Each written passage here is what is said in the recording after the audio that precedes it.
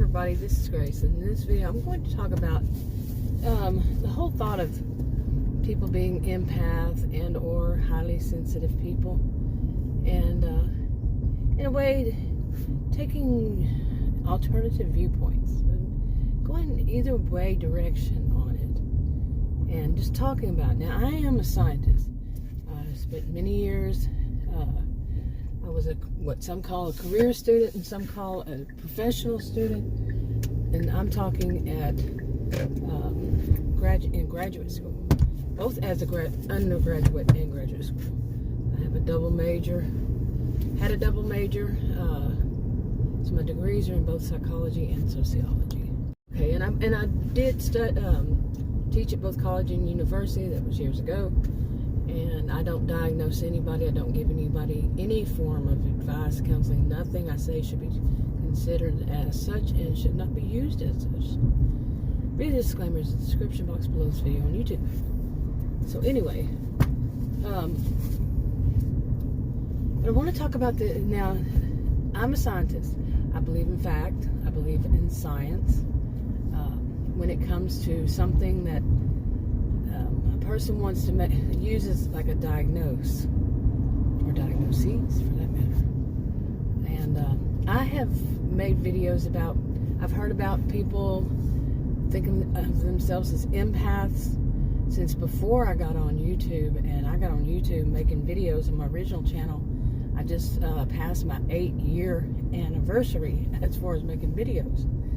8 years. So but over the time, I have more than one channel. I've made videos about highly sensitive people and about empaths, and I have said that I'm skeptic about how people want to define them, especially when they want to find them as something magical, and I don't believe in magic, and or that they have psychic abilities. I don't believe in people having psychic abilities, and so forth.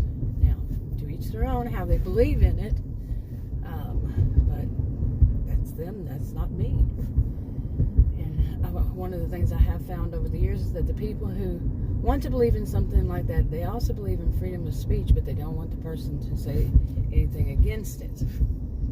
So they don't want them to have freedom of speech on this kind of topic. Really, I've seen that far too much. Okay, this road, I forget, it winds, and the sun came right in my eyes and was distracting me. But anyway, empaths, I personally haven't seen any true scientific research articles written on it, and empaths and highly sensitive people. Now, there were some did consider, both of them, actually, as having some vague is the way I've seen it.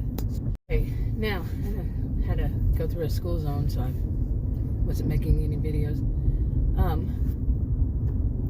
Now here's the thing. Here's the really, as I said, I don't see it, but I know that some people can say that certain kinds of research they could pop. It's like indirect. They're making the statement, and then they can put it into those categories and say, yeah, that therefore there's proof. But that's not exactly proof. That's grasping at straws, in my opinion. And not really the best way to try to prove something is grasping at straws. Hopefully there's more research out about it. Okay, I had to redo this clip. But today I hope to be able to have some time and go and look for some actual scholarly research articles, and sit there and go through it with a fine-tooth comb and decide how I want to, how I see them as someone who is a career student.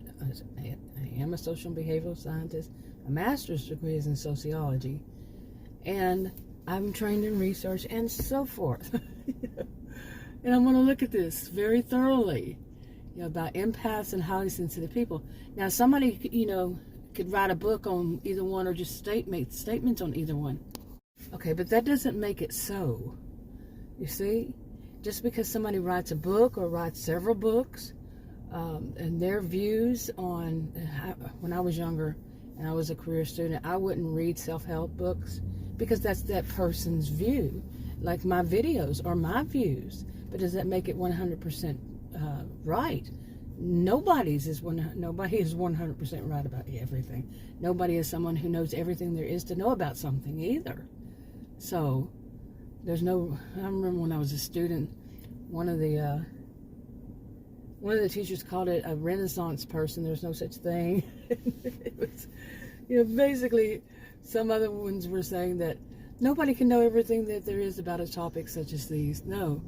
So, okay, but I have done videos in the past stating things like I see empaths as actually someone who's more altruistic and like the opposite of a narcissist who feels, has a lack of empathy. Now remember, lack doesn't mean totally without.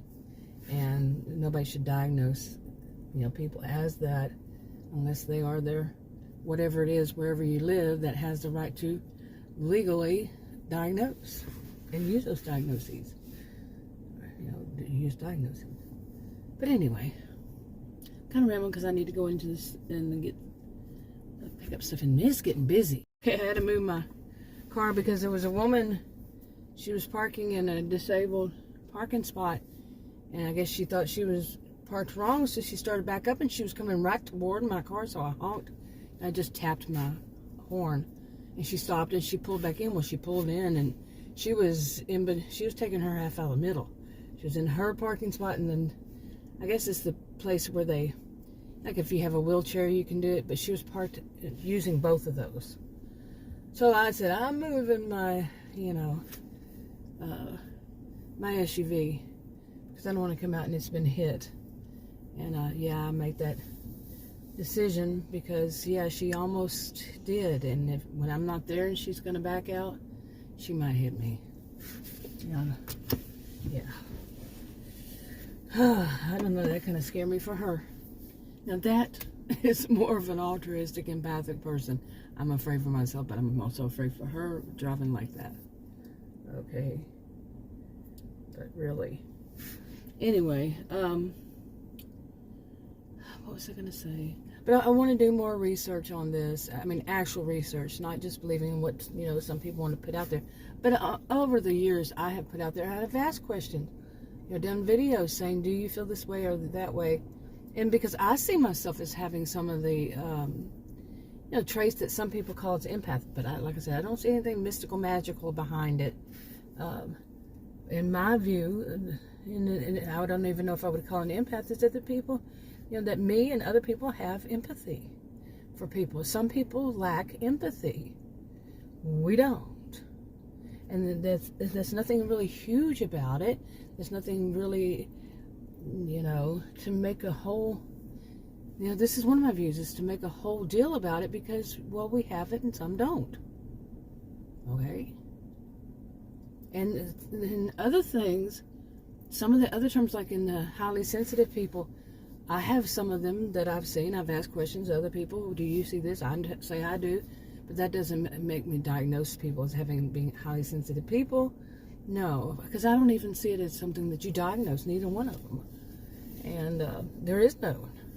So there's no, diagnosis, the code or something that I know, that I'm aware of. I'm going to be doing more research, remember. But, no. Then can be so many reasons. There are so many reasons why a person can have these, be highly sensitive to certain things. Not just one reason. Not just one diagnosis that, it would be a characteristic or a trait or a symptom or whatever of. There can be more than one thing. And this is, as I've said many times over these years, people need to leave it up to the professionals, whatever that kind of professional is, like I said earlier, where you live, the people who actually can make the diagnosis. It is legal for them to, not people that they just want to, people it's legal for to do so. They trained, they went to school, they went through probably a whole lot. Some places seem to be a little more lenient, but no. Ones I hear about, not so much. Anyway, I'm going to go in there, so I'm going to wrap this one up. I'll talk to you on another video. Bye.